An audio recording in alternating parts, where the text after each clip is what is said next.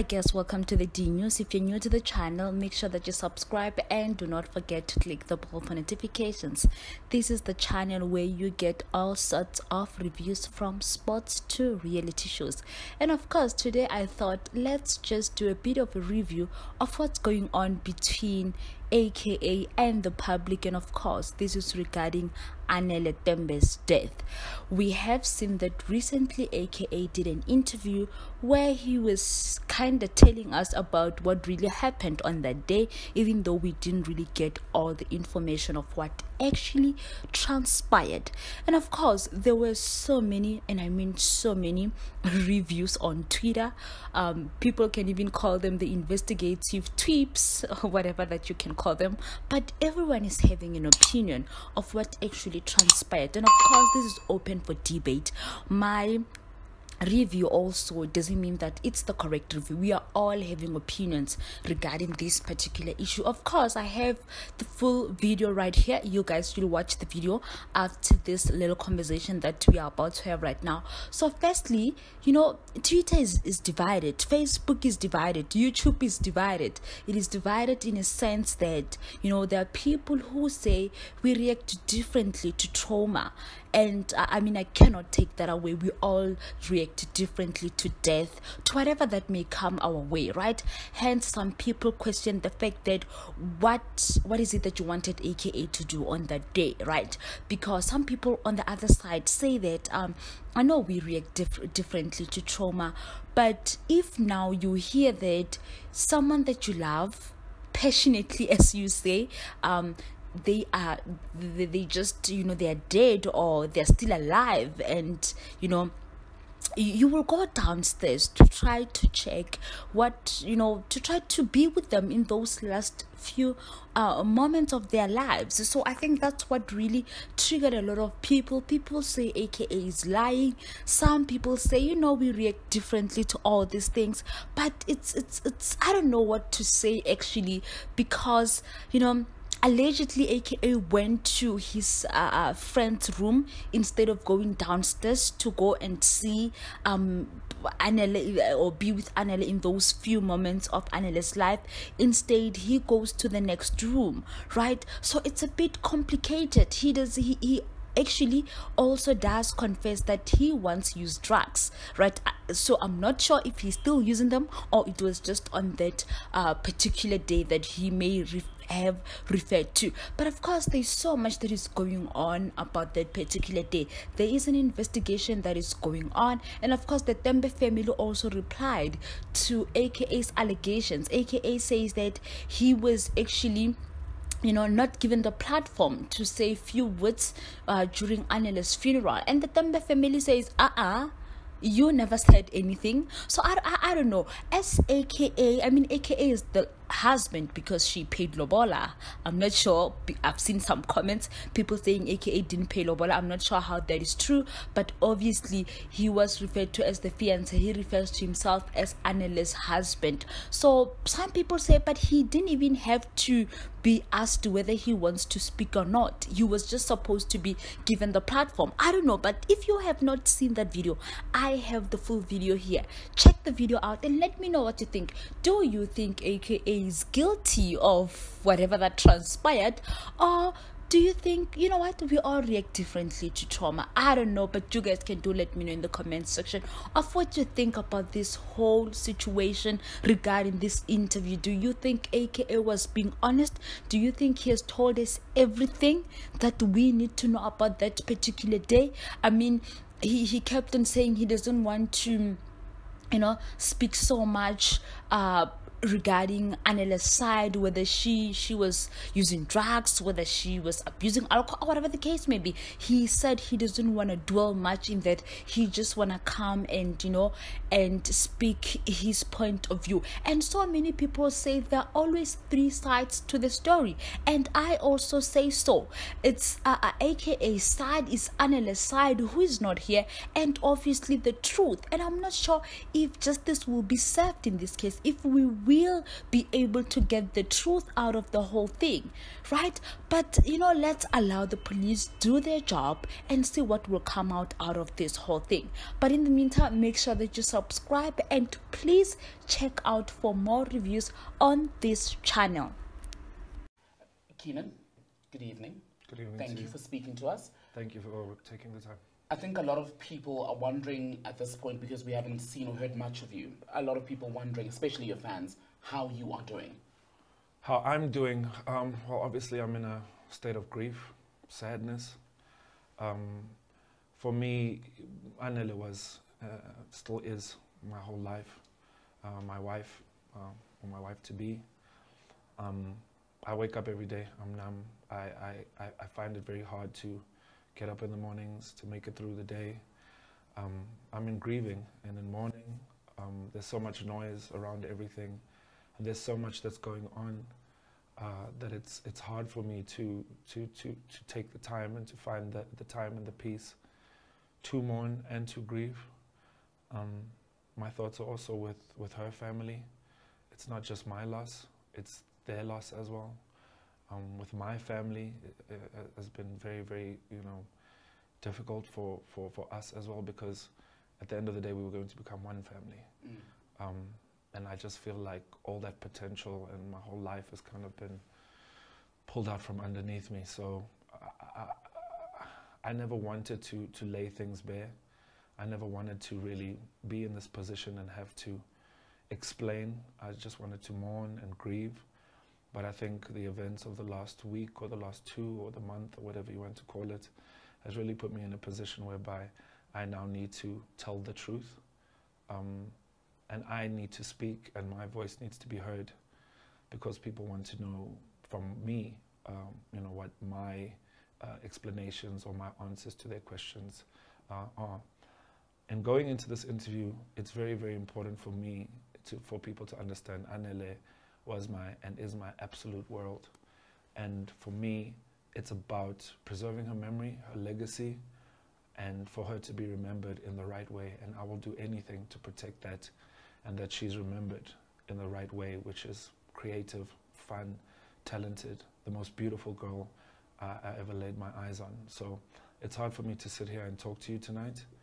And I just want people to know that and myself, my family, and also my thoughts go out to the Tembe family. We are grieving, we are hurt, we are in a place, I'm in a place that I've never been in before. It just feels so desperate for me. Yeah. And let's talk about that day. It was the 11th of April in Cape Town, when a lot of us started to see the news on social media. People started tweeting saying something has happened outside a hotel, and then came the tweets that said AKA's fiance is thought to have jumped from a hotel. Yeah. Where were you as all of that was happening on that day? Well, I think it's important to tell the story of the whole day. I had gone to Cape Town with her. We had work. She had accompanied me to many of my work engagements. So it was a great day. We went down to Cape Town. Now that I think about it, we had the best time. Myself and Anele always had the best time. She was full of life, laughter. We went to the V&A in the day. We had lunch with our friends.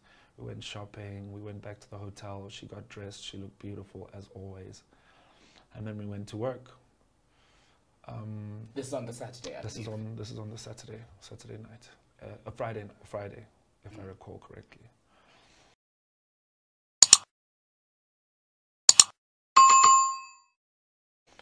And we went to work.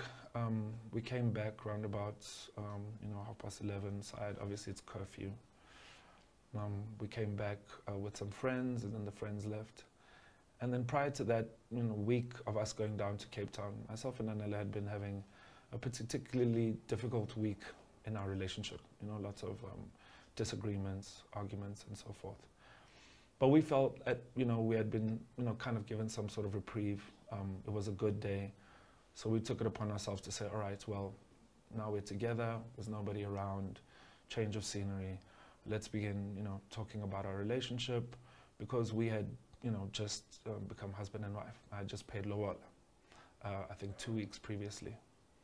So we were looking at our lives through that lens. How can we fix our problems? How can we go forward? And how can we build on the issues, or build past the issues that we have in our relationship? What were the issues? Before I get to that. So we sat down, we spoke, and naturally we started disagreeing again. Arguments, and things, got more heated to the point of it was, the early hours of the morning. So at one point, when things really kind of started to take a turn for things, I decided it would be best that I remove myself from the situation. So I decided, you know what, I'm going to, gather my belongings. I'm going to leave the room, book myself into another room, and hopefully things will simmer down. Got to a point where we argued more, and she, the thing that really breaks my heart, and I still, I have her ring, with me. It's really the only thing that I have of hers, of her belongings. And she took it off, and she kind of threw it at me, and we said, very mean things to each other. And so I left the room, came back to the room because I had taken her phone. And obviously, we continued to argue.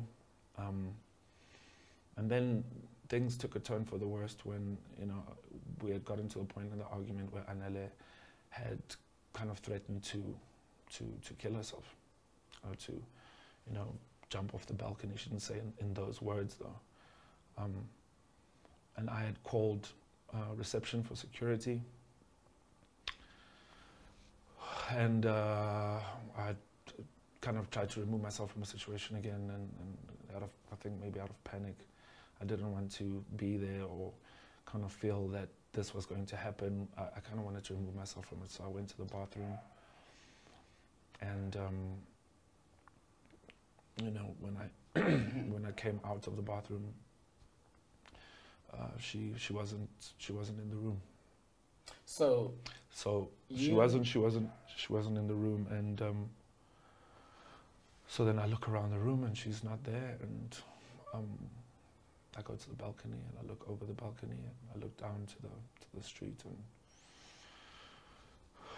that's where she was. So you were in the hotel room, but not where she was at the time that she said to have jumped? The events are blurry because I didn't really lay eyes on her from the time I made the call to security. I kind of, the phone was over here and the balcony is over that side, so when I made the call, I kind of just tried to get out of the situation.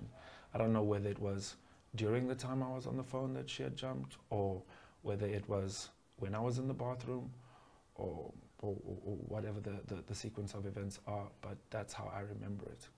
So it must have been a disagreement that lasted several hours then, because you said you came back from work, which you were gigging in Cape Town. Yeah. So you get back to the hotel, you start to talk about these issues that I'd like us to get into at some point. Mm.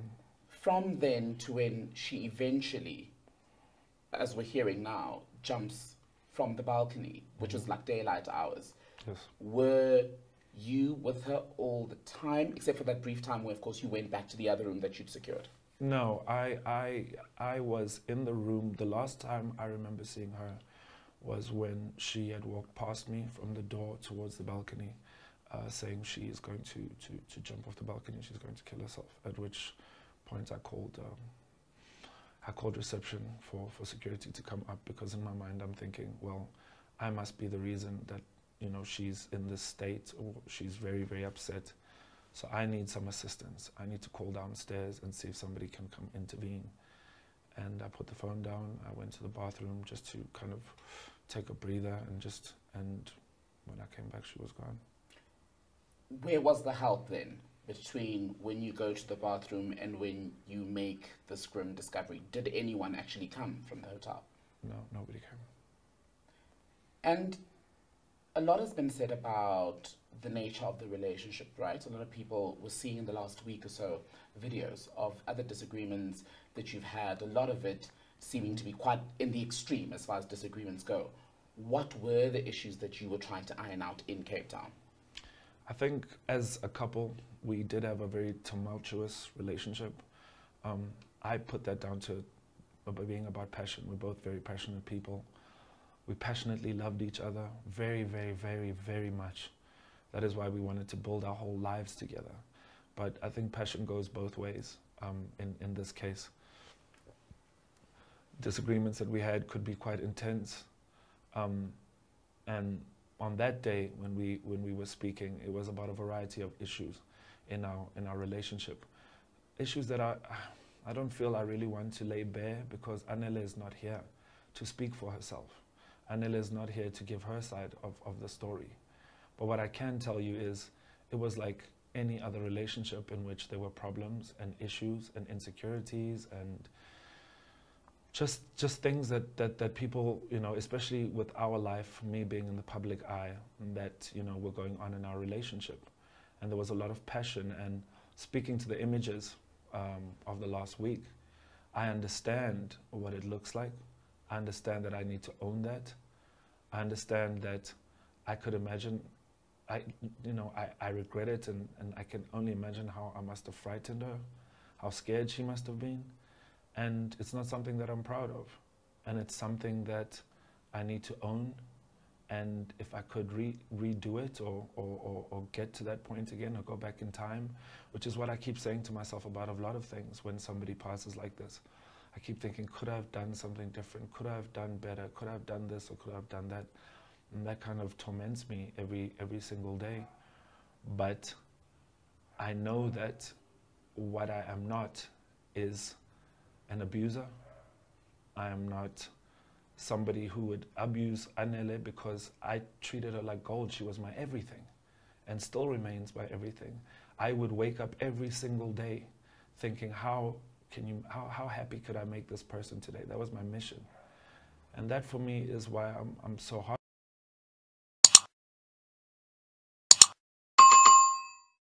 heartbroken, why I'm so completely shattered, is because that big part, that piece, that center of my life is gone. So I understand how it looks, but I want people to know that I loved her with all my heart. And that is why she said yes to marrying me. That is why her family said yes to me paying lobola for her. And that is why ultimately we wanted to build the rest of our lives together. And we'll go back to the hotel in a moment, but just on, because we've touched on it now, the issue of the videos. You say, yes, she meant the world to you. Yes. You cherished her. But when you watch the videos, I mean, I'll just bring up one where a man who is unidentified is in the room trying to subdue Anele, and Yes. you're presumably on the other side of the camera, and she keeps saying, you don't know what he's done or he's doing to me. Now, to those of us looking in from the outside, those don't sound like the words of a woman who was well taken care of and always felt loved. I can understand how that looks, and I can understand why people would think that way. Just to give some context into that day of that video. We had come from a work in Pretoria. We had come back from a show. And that night, Anele had actually tried to, we'll get through it in this interview, I'm sure. Anele had tried to jump out of the car while it was moving, for instance, that night. And we had you know, more disagreements, and when she says, you don't know what he's doing to me, I cannot speak to that, because like I said, she's not here, and I can only wonder what she was talking about, what she was referring to. But what I do know is that I loved her, and I did everything I could to take care of her, and I cherished her. You know, myself and her father had a great relationship. Me and him used to talk all the time about the issues in our relationship. My mother at some point was very vocal with Anele. So we had also not just lived our relationship in this little bubble between each other. We had also spread it around in our family, and whenever there was conflict, we had tried to resolve it through our family as well. Interesting that you mention an incident where you say she tried to jump out of a car. I'm assuming this was a moving car. Yeah. And again in Cape Town, she then said she threatened to jump off the balcony, which at this point is what is said to have happened.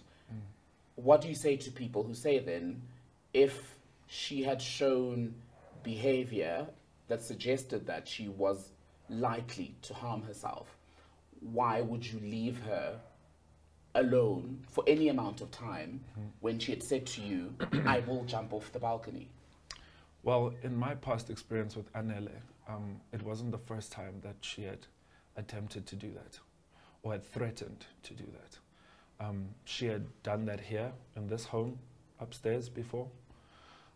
She had over the phone threatened, or I don't know, I don't want to use the word threatened because it feels like she's holding something against me, but at times it could feel like that.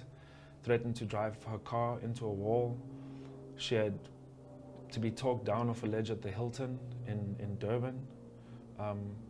And she had also spent some time in psychiatric care in Durban after that incident.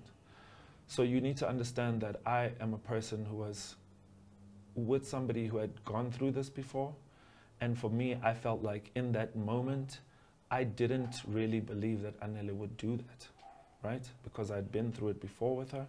But at the same time, I felt like I wanted to remove myself from it, because if I'm the cause of this, then something in me said, just get away, get away. I shuddered to think what the situation may have been.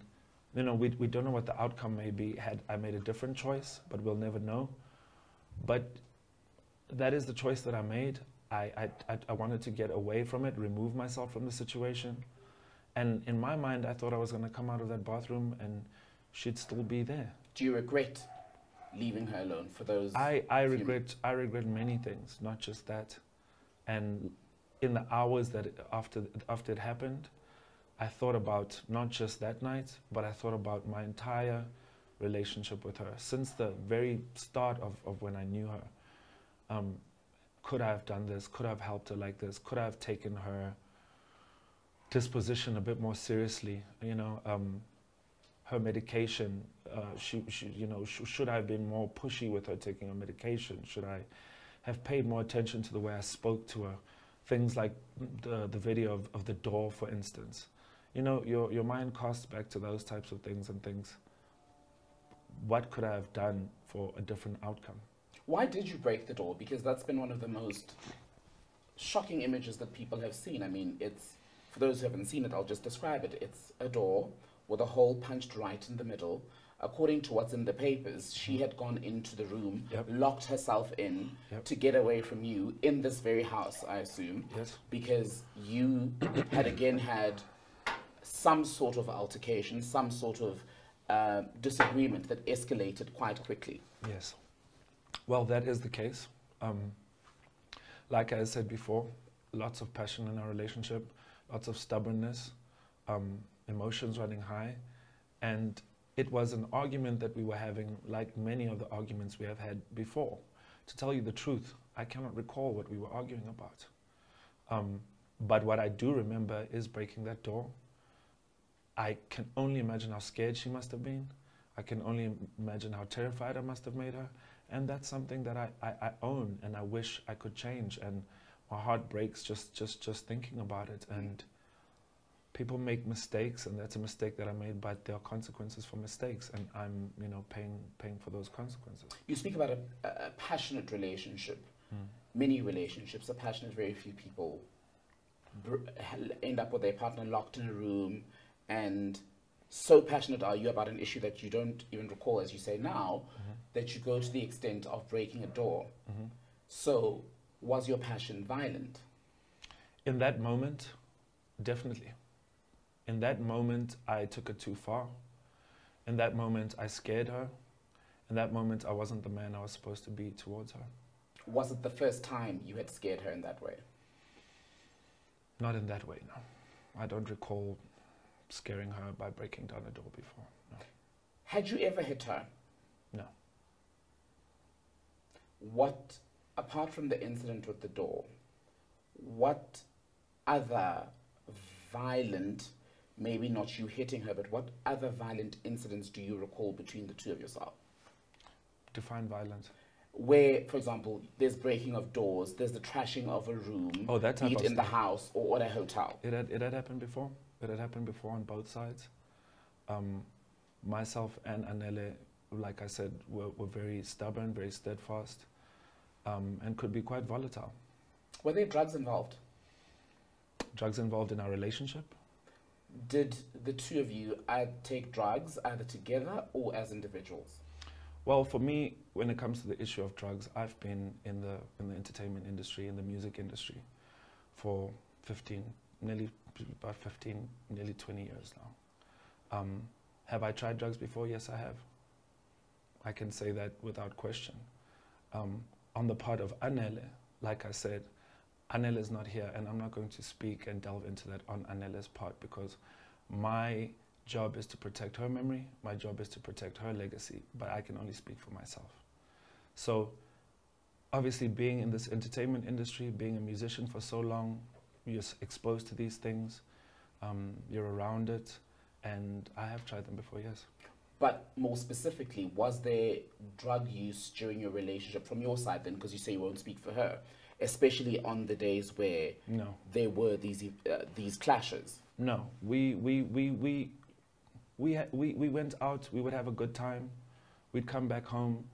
Most of the time, everything would be great, we'd smile, we'd laugh. And in those times where things didn't go well, things could get quite volatile. What do you say to someone who's going to watch this conversation and say they find it very hard to believe that this was just normal couple disagreements or just normal anger outside of the abuse of any other substance, be it drugs, alcohol, or whatever, when you look at just how high-pitched everything was from what we've seen? I think that people haven't seen everything. I think that for me, experiencing it and living in it, to know the whole story, everything that encapsulates myself and Anele's relationship is privy only to us. Only we know the full story. What's out there and what people consume is unfortunately the tip of the iceberg of what they may consume. So I can understand them having that type of judgment or that type of opinion, but all I can do is tell the truth and how I live through it with my wife. And here's the difficulty, I suppose, in you telling the truth at this point, is that we sit here, unfortunately, in a situation where a young woman has died. There are questions about how she died, and you say you are telling your truth, and she's not here. I didn't say I'm telling my truth. You're telling the truth. I'm telling the truth. Because there's no my truth and her truth. There's only one, the truth. Yeah. And the issue I'm saying with that is, for those of us who weren't part of your relationship, is we don't know if this is the ultimate truth, precisely because she's not here to either corroborate or refute what you're saying. Yeah. Yeah, she's not here. So, like I said, we're having a conversation today, and you're posing me the questions that a lot of people want to know. And I never wanted to be in this situation where I have to lay these things bare. I am grieving, I'm hurting, I'm mourning, worse than I can't do anything, I can't perform, I can't work, I can't do anything. Now I'm saying that because I cannot function as a person without Anele. Anele was such a big part of me, of my existence, that I am still trying to come to terms with what my life is like without her. And that is really where I am. So in amongst all of this noise, I found it that I need to sit down now.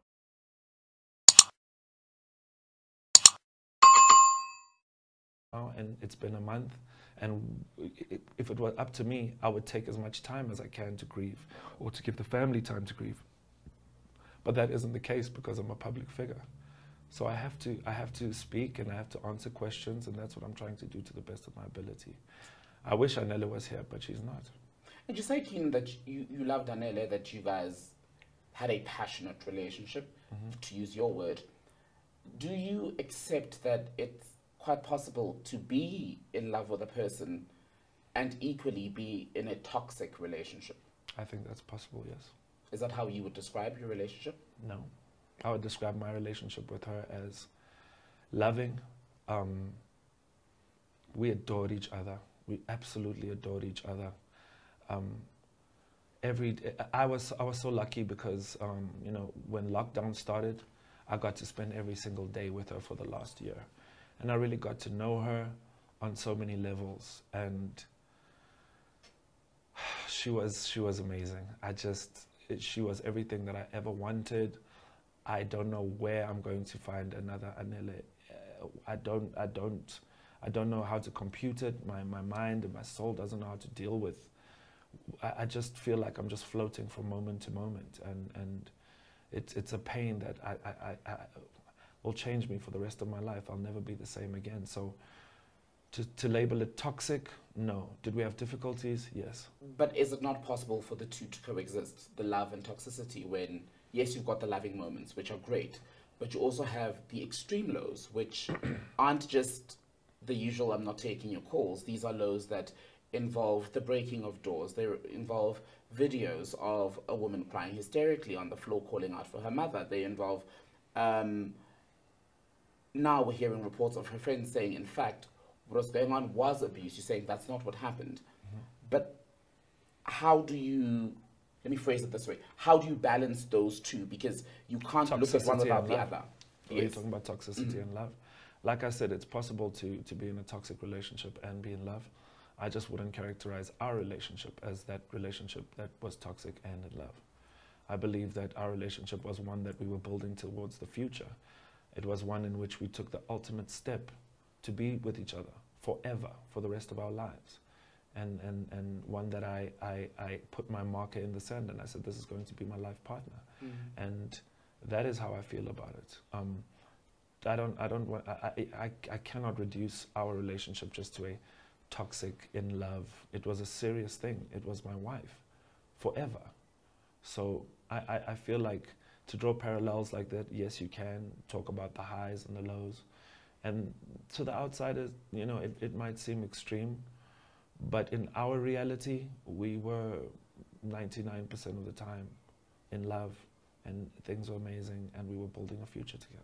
She was in her early 20s, you're in your early 30s. Correct. A lot of conversation about the age difference between the two of you, subsequent to her passing. Mm-hmm. Did that play a role in your differences in particular?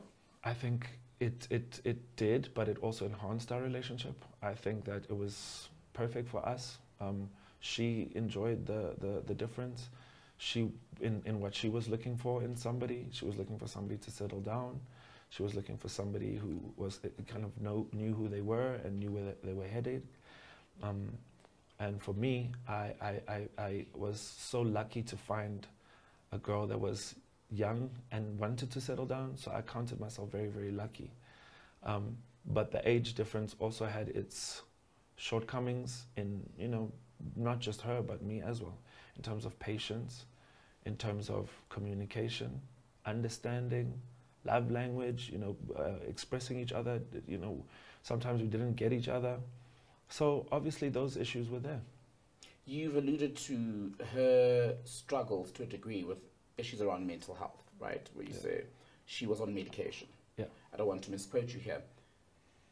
Was there anything similar on your end? In terms of being under medication? Mental health-wise, do you have issues that you're dealing with? Either depressed, either bipolar, that sort of thing? No, I don't have any diagnosis. I haven't been diagnosed with any mental illness.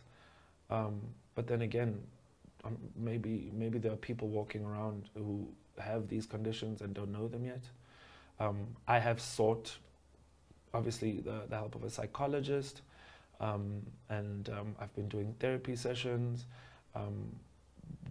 She says, you know, I need to go on medication, I need to go on antidepressants now, is a suggestion that she's making.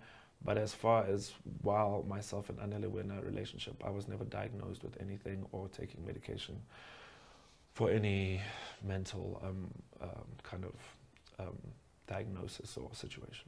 Do you think you have an anger problem? At times, yes, I do. I do think so. I think that I can be over the top sometimes, and I feel like I'm a work in progress, you know. It was something that we spoke about, myself and Anele, a lot of the time. We spoke about how do we resolve conflict in our relationship, and I always strived to to communicate better, to be better, and to do better by her. Did you start, and you started that work, at what point in your relationship did you start working on that aspect? Maybe a few months into our relationship, we really, because we knew, we could see where this was going, and we really felt special about each other. And we really knew this could be my husband or this could be my wife. We knew pretty early. So we kind of started taking a very serious view of our relationship very early and started trying to mold each other into where we ultimately wanted to go in life. But why decide to marry when there was already these very serious signs of things that had to be worked on by your version on both sides? Why not marry? Because when, I don't want to sound romantic, but for me, I had found the one, and she had found the one. And we viewed it as, well, we've got issues, but we are going to work through them, because that's what married people do. That's what people who are not married do. We work through our issues. We sought the help of our parents. We were actually due for counseling, for marriage counseling, in the coming week after this had happened. So the steps were there for us to try and resolve our differences. We had sought spiritual guidance from pastor. So we had tried to make those steps. Unfortunately, we didn't, get the time to do them, because ultimately our lives together was cut short. Let's go back to ultimately, because that's where we started off. The morning of what had been these hours of disagreement, and when you ultimately go again, just to recap, go into the bathroom, you come back and she's no longer in the room, you look down and you then see her lying on the side of the road, at least from the pictures that we saw is where she was. Yeah. What goes through your mind in that moment?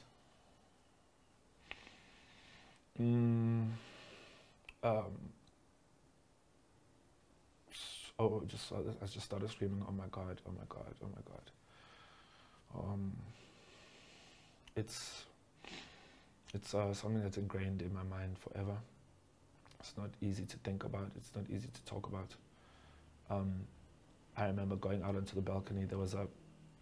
By the time I made it out to the balcony, there was a gentleman to my left who was already on his balcony, just to the side and one up.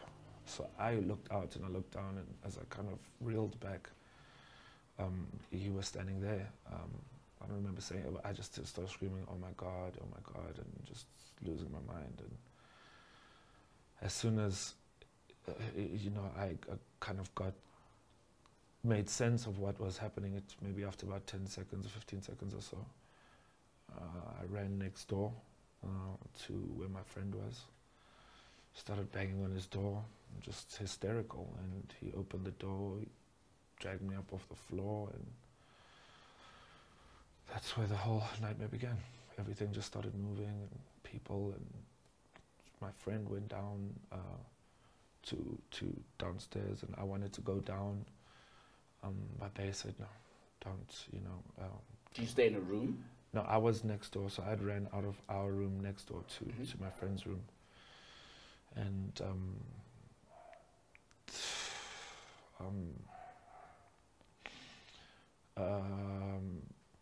they had said she was still alive. So that made me go even crazier, because I had seen her. So I started thinking, there's no way. We were staying on the 10th floor. There's no way she could have survived that. Why are you telling me this? Like, you're only messing with me. Don't tell me something like that,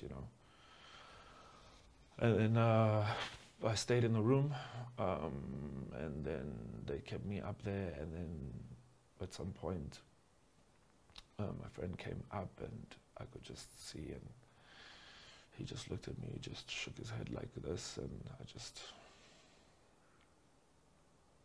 just broke down, and that's what happened. And was it your friend who was then updating you on her being alive at the time when people got to her? One of them had gone down to the scene and had come back up and said, the paramedics are working on her. and she's still alive. And that just, it even made me even more crazy, because how could she survive that? And now you're kind of giving me this hope, you know. So in that moment, I'm just totally disorientated. So now when he goes back downstairs, now my head is thinking, oh, please make it, please, can she be alive, please. But I knew in my heart I'd seen it, and in that brief moment that I'd looked over, and it just was so horrifying for me. And just to see her like that, it was, I don't have the words to describe it. And then he came back up and he told me, he shook his head, and that's when I knew she was gone. Do you remember who, outside of your friends who were at the hotel at the time, who you called first? I must have. The first person I called when everything had settled down, I think I must have got on the phone for the first time. I must have spoken to my father, or my mother. No, I didn't speak to my mother. I spoke to my father. They had probably called and said, because my father lives in Cape Town. So at the time, remember, I couldn't find my phone. Remember? I had said, you know, I'd come back into the room to look for my phone. Mm-hmm. So I couldn't find my phone. And so therefore, when I went into the other room, I still didn't know where my phone was. So I don't remember even having my phone. I remember just somebody passing me a phone and saying, your dad wants to speak to you. And Anele's family, how did they find out that she had died? I think my father had called her father. I think he went out into the corridor, because I had said to him, you need to tell, somebody needs to tell, and I thought that was the right thing. He would have to call. I've never spoken to my father about that call, but I believe it was him. So he came to the hotel, your father? My father came to the hotel, yes. And what was the conversation between you and Anele's family the first time you were able to speak directly, and how soon after her death was that? Well, after I'd gone to the police station, the detectives had come in and asked me questions and taken pictures of I had to take my shirt off, and they were taking pictures of my hands to see if there were any marks or under my fingernails, stuff like that they had to do. And then they took me to the station late at night, and they made me strip and looked, and they did all of that stuff. I went to a different place to stay. Obviously my family had flown in by then, and my friends, and they had arranged for us to stay at a different place. So when I got to that different place, the next day her family was flying in from Durban. So this is Sunday night, so Monday, two of her uncles, her sister, I think two of her sisters, came they had to identify her body. And after doing that, my father, I think, was there as well. They did that, and then they came to where we were staying. And we sat down and we spoke a little bit about, condolences and so forth. Obviously, they were visibly hurt, as they should be. And then I brought it up. I said, guys, I think I need to also, because they weren't asking me, but I felt it was like I had to tell them what had happened. So I told them what had happened, as I told you now, and then they kind of nodded, they kind of took it in, and we spoke a bit about arrangements to get her body back to Durban, and then they left. Was there any blame, especially after you told them that she died after an argument? No, there was no blame. They didn't blame me in that moment. They didn't say anything. If anything, they were quite compassionate and quite mournful with me. They could see I was in a state. I could see they were in a state. So there was none of that. Let's get to the day of the funeral. Anele's father had a written tribute that was read out by a close family friend. In that tribute, he then says that she was not suicidal. He did not know her to be suicidal. Without saying that she had been on drugs, then makes a point about young people and drug abuse. Mm-hmm. Why do you think he made that comment? Well, I can't speculate as to why he would say those things. I can't speculate as to why that was his statement, but what I do know is that I think culturally, for what I can think of, I think culturally, mental health and depression, especially suicide, culturally, in terms of the family as well, it's taboo, it's a no-go area. It's something that won't happen to our child. It's something that couldn't have happened. But I also know at the same time that he was well aware that Anele was on medication. We spoke about it many times. We had spoken about her sometimes getting off her medication, not being on her medication.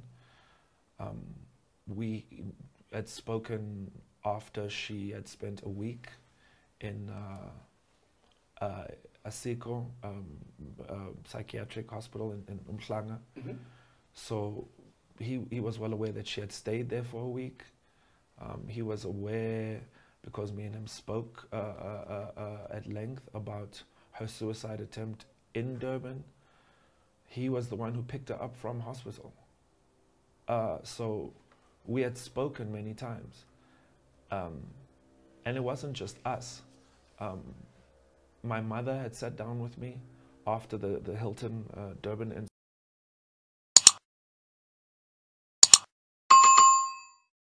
incident, and it sat me down and said, "Son, are you aware? Are you aware of what this is going to take, and are you prepared to go the distance with somebody who, with a condition like this? Do you understand it? Are you educated enough on the subject?" And I said, "Yes, Mom, I will do anything for her because I love her, and the way you raised me and the way I was taught is not to abandon somebody when you love them.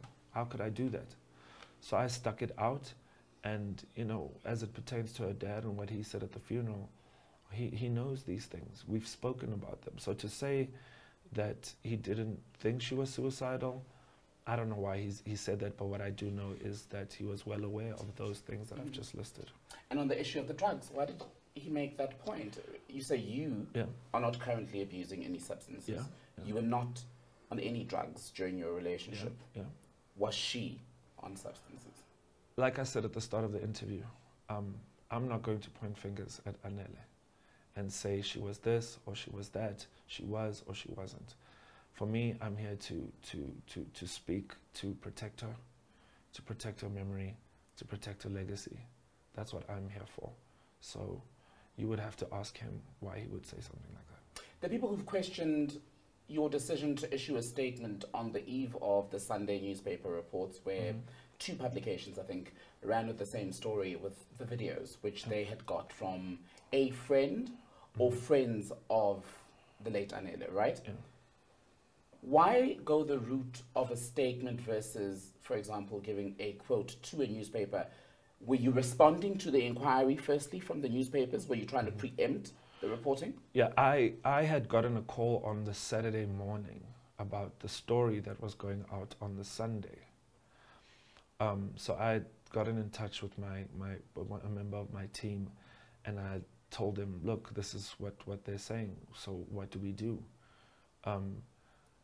Upon, a lot of our own kind of piecing of things together, we believe that it is someone, I don't know who, but they've unlocked Anele's phone, right? And the papers had been sitting on the story for weeks, actually weeks, it wasn't also when you go to print for a story like that, as I understand, you print on the day, on the Saturday, and then you go to paper. So to ask me in the morning, for me it felt very orchestrated, and a lot of what's going on in the media and also in the inquest feels orchestrated, and feels like there's ulterior and kind of orchestrated by whom and ulterior what different forces at play. Because for me, I thought, let me put the statement out to preempt and to address what's coming out in the papers tomorrow. I also felt that a quote wouldn't do it justice. I wanted to state my claim and say what I had to say. You're asking me? My question was, who, would lead to the publication of these stories Yes. with an agenda, Yeah. and B, what would they have to gain? People who want to blame me, people who want to make me the person responsible. That would be the motive. And the gains, there are no gains in a situation like this. Anele is gone. We can never bring her back. So I wouldn't say it's gains, but I know there's a lot of trauma on all sides.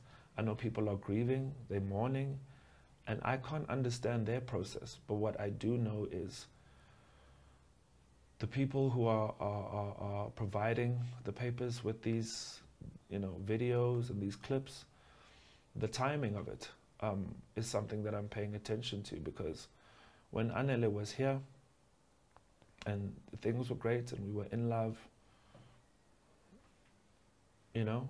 but now it's she's gone. It's all in the papers. It's in the media.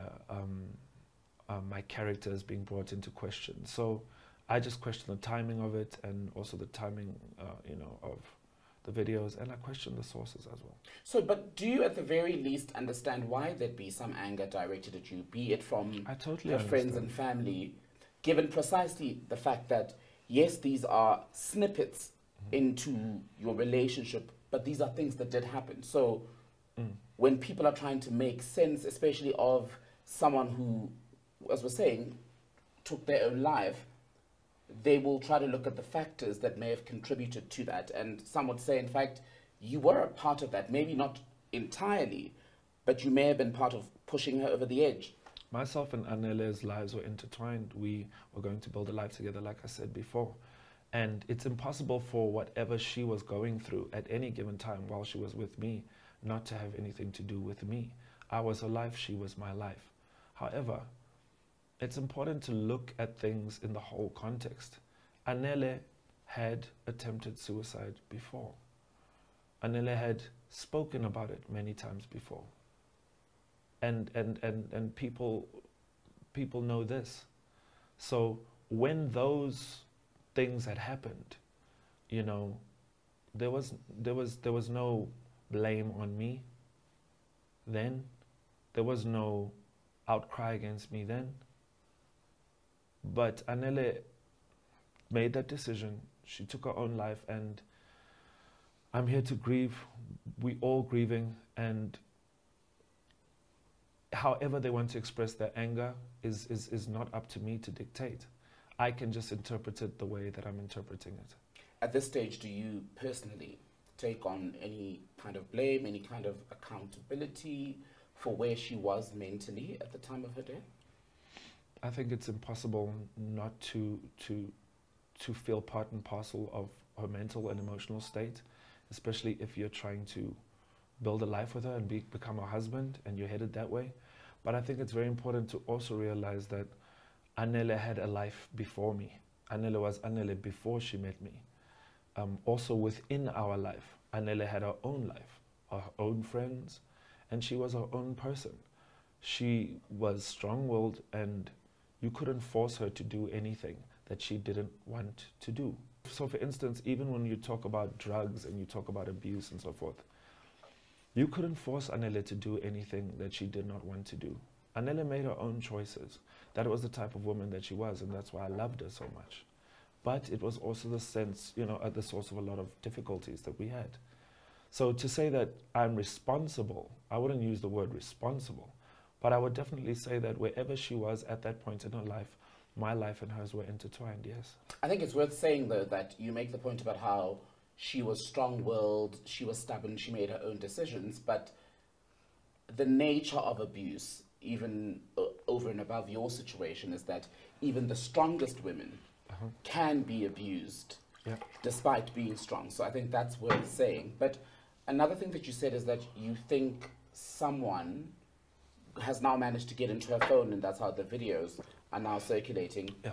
But what we read was that she sent these videos to her friends because that's how terribly afraid she was of you. So how can you say for sure that she did not share the videos of her own accord with her friends? Well, as I had read the article, it said it was an activist an activist who does not, a GBV activist who does not want to be named. Is that how they put it? Who is this activist? A nameless activist? I don't understand. Well, people could also make the argument. I also don't understand. Every source is nameless. Everything is nameless. There is no accountability. Nobody is. So for me, it is in my opinion, and also for reasons that I can't disclose, there is information that has shaped my opinion, and that is my opinion. My opinion is that it is not a friend who has decided to step forward all of a sudden. What is that information that has shaped your opinion? I can't disclose that information. Do you believe it is her family that's behind what's going on? I can't point any fingers at her family. When last did you speak to the Tembe family? The last time I've spoken to the Tembe family in particular, her father, was the day after the funeral.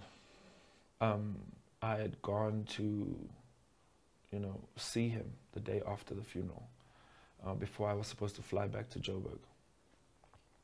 I thought to myself, well, the right thing to do is to, like I had explained, because there was no time for closure.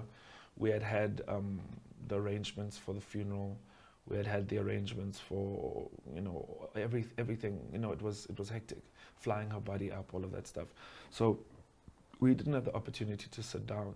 So I took it upon myself to say to him, Baba, listen, let's sit down tomorrow if you can, if you're willing to meet and if you have time. And he said yes. So I went back to their house and I sat down with him and I looked him in the eye and I attempted to give him the closure of what had happened. What was that closure? Was it you recounting the events of the day his daughter died? Well, for me, if I was a father, which I am a father, if something like that had happened, I would want the person who was with her to come to me and explain to me exactly what had happened. So I felt like I shouldn't just, it's the end, it's the funeral and off I go into the sunset. I need to go to him. He gave me his daughter's hand in marriage. So therefore I need to go sit with him and explain to him and recount to him the events that led up to this tragedy. And what did he say to your explanation? How did he receive it? He received it like a grieving father. He received it like a mournful father. He was upset. He was sad. He was heartbroken, and so was I. What do you mean upset? Upset more towards sadness and heartbreak, or upset more towards not quite furious, but leaning towards anger? I would say upset in the way that you've just lost an amazing, beautiful child that you've kind of, has gone into the world and you've tried your best to raise, and this tragedy has occurred and you're upset in the way things have turned out. It's hard to pinpoint to say he felt like this or he was leaning here or leaning here. He's shattered, just like I'm shattered, just like her family's shattered, just like my family's shattered. In your statement that you've issued, you refer to innuendo both in and around the funeral, but also at the service itself. Mm-hmm. What were the comments that you found troubling during the service? For me, it was at the time I didn't understand it. I think I have more clarity on why. I can only, like I said to you, I can only guess why. I have my own opinions why, but the innuendos were the ones of that she did not commit suicide. Also, the police minister being there, speaking, I didn't understand that. I didn't understand. I can understand, maybe he's a friend of the family, but the way it was done, I felt like there was kind of an undercurrent of something didn't feel right to me. Explain why that is, especially because not everyone watched the funeral and heard what the minister said. Yeah. What were you told about his presence, and what did he say that makes you now look at his presence with some degree of suspicion? Well, I think it's strange for me because I was a husband. I had paid lobola, right? So I thought that I would have an opportunity to also speak at a funeral to pay tribute to her. And I communicated that to the family through the person on my side who was handling things, through to the family. And I got there and I sat down and I opened the book of the memorial, and my name wasn't there. Were you told it would be? I was under the impression that I would be able to speak. I have a full eulogy written out for her. Maybe one day people will hear it. I think that people deserve to hear it one day. But I was under the impression that I would. I also was under the impression, because of my husband, because I'd taken care of because I took care of the funeral arrangements, made sure that I buried my wife with dignity, in peace and with love and with care. So I thought I would be speaking at the memorial, but we didn't run the memorial side of things. We just took care of the burial. I want us to clarify the issue of the police minister, so that when this there's no ambiguity around why you were uneasy with that. Yeah, I'm getting to it. So after I see that I'm not being permitted to speak, I kind of take it in, and then I listen to the dad's kind of testimony, and then about she not committing suicide, and then the police minister wasn't scheduled to speak. But then they said something about, we have to observe him and please, he has to come speak. And then up he comes to the podium and starts speaking. And I just felt like there was a lot of, something didn't feel right to me. Are you accusing the family and the minister of anything? I said something didn't feel right to me. Something didn't feel right having his presence there, along with the father saying that this was not a suicide. The two together for me didn't equate.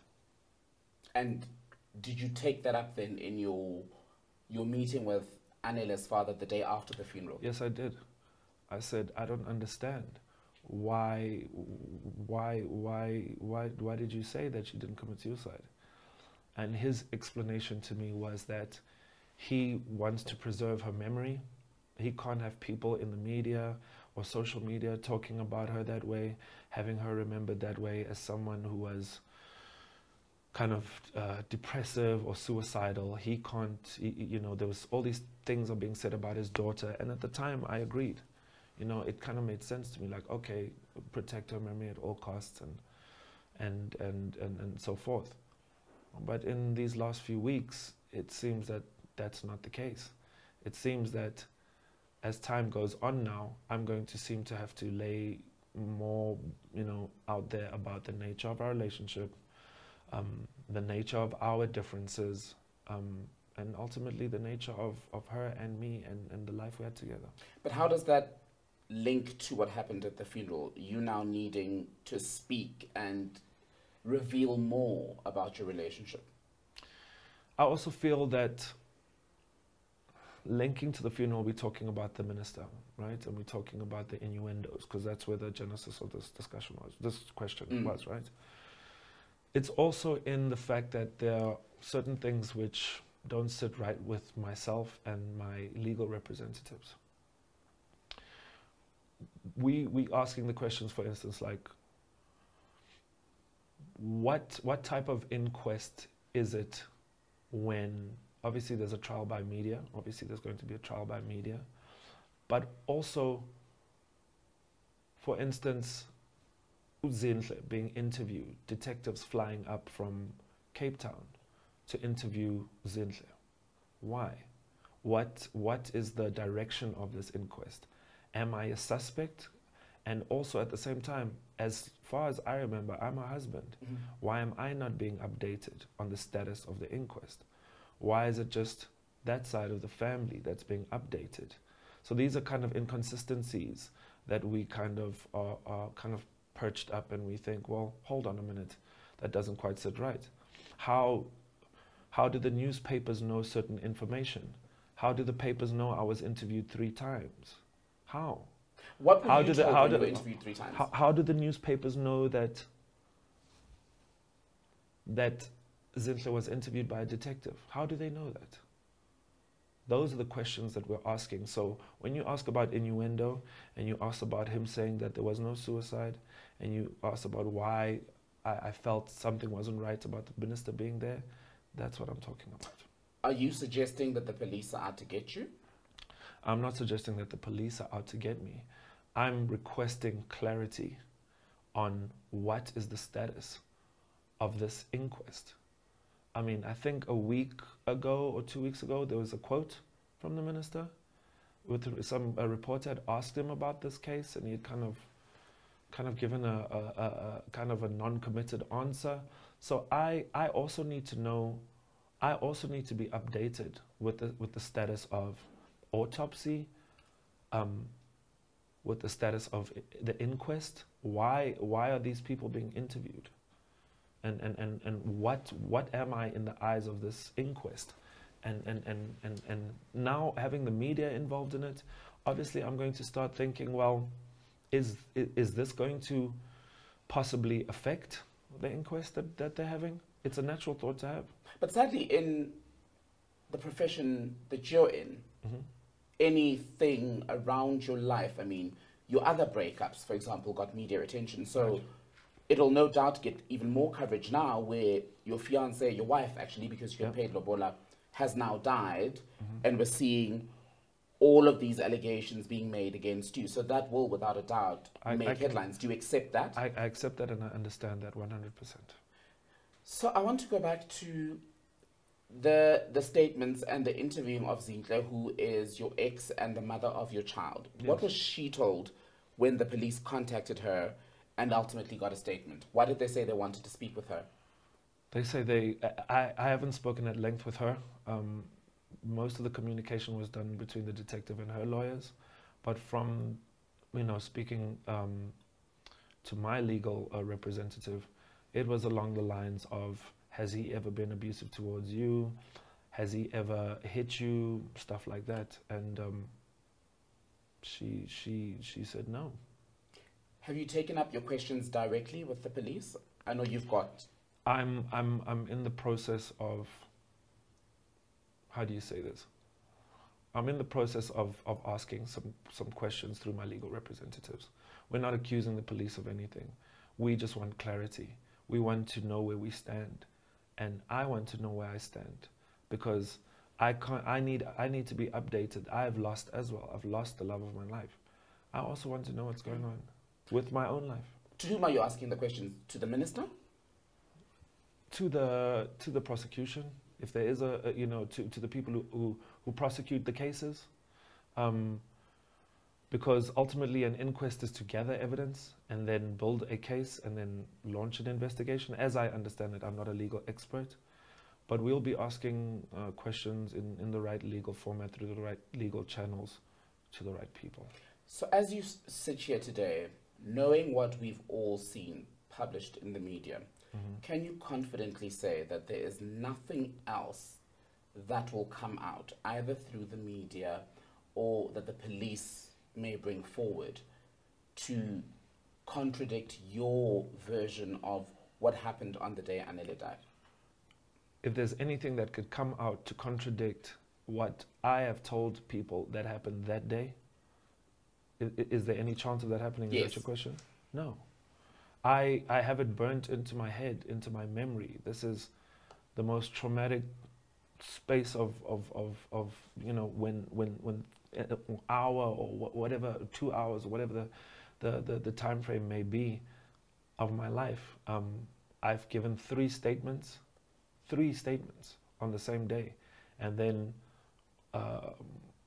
I've actually given statements on paper. I've had to recount the story many times. I've recounted the story with the same detail, and I want people to understand that I may have my flaws and Anele may have had her flaws, but it's just not possible. It's just not possible for anything other than what happened that day to have happened that day. I love this woman so much. I loved her with everything. I don't have the words. I wish I had a time machine. I wish I could go back. I wish I could change things. but I can't, and it doesn't feel real to me. Nothing feels real to me anymore. I'm just floating around, just moment to moment. And no.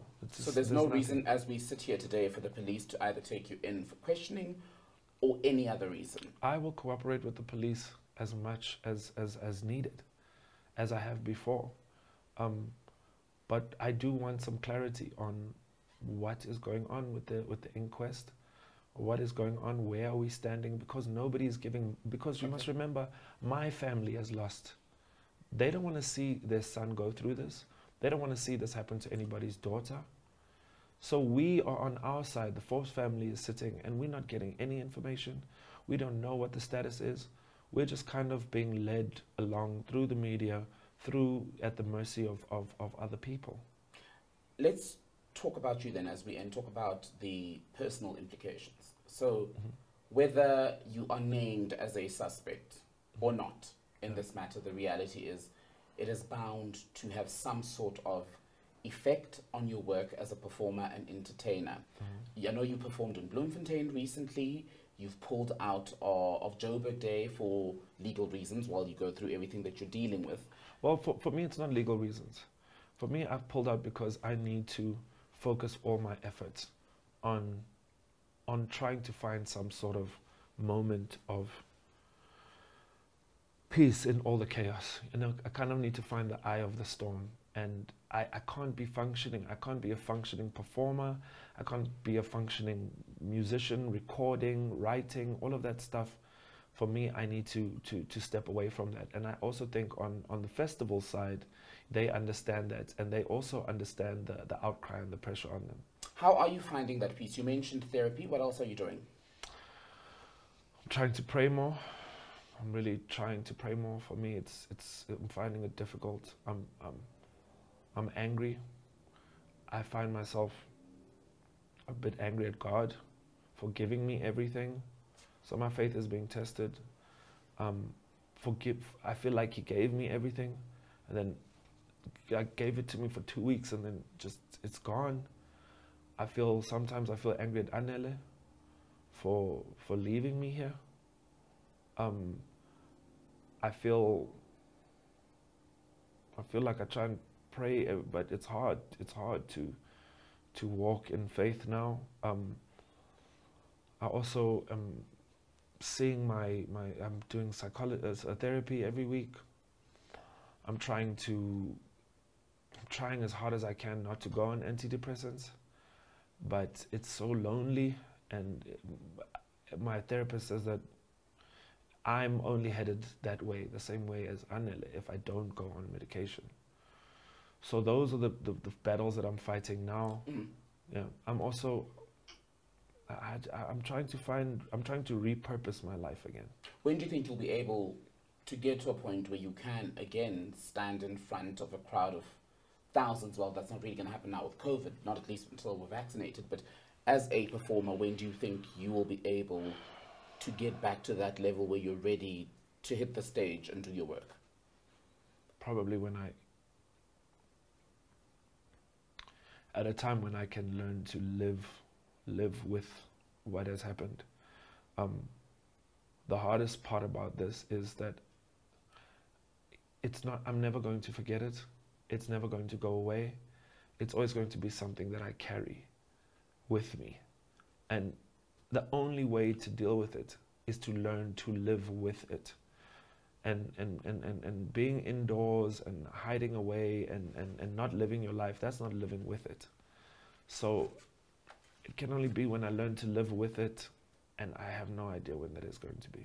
Just finally, before we go, not without going too far back and forth, on the media articles and police, so there's been no police contact with you since the publication of those articles, right?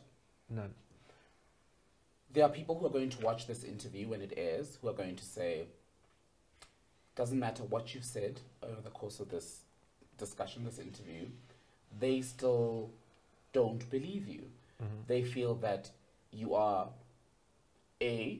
guilty of domestic violence or even emotional abuse during your relationship with Anele. Some will say they don't believe that you've been entirely truthful about what happened on the 11th of April in Cape Town in that hotel room. What do you say? Well, to them I say that we have to trust the process. We have to trust in the inquest. We have to trust in the detectives and for the law to take its course. That's all we can really do. I really have no other option than that. Is for the truth to come out, and the truth is going to take some time. But I would rather it be detectives who are dedicated, which they are, people who have many years experience on the job and who are thorough and will treat this incident with the respect that it deserves. And I just need to stay strong and get through that.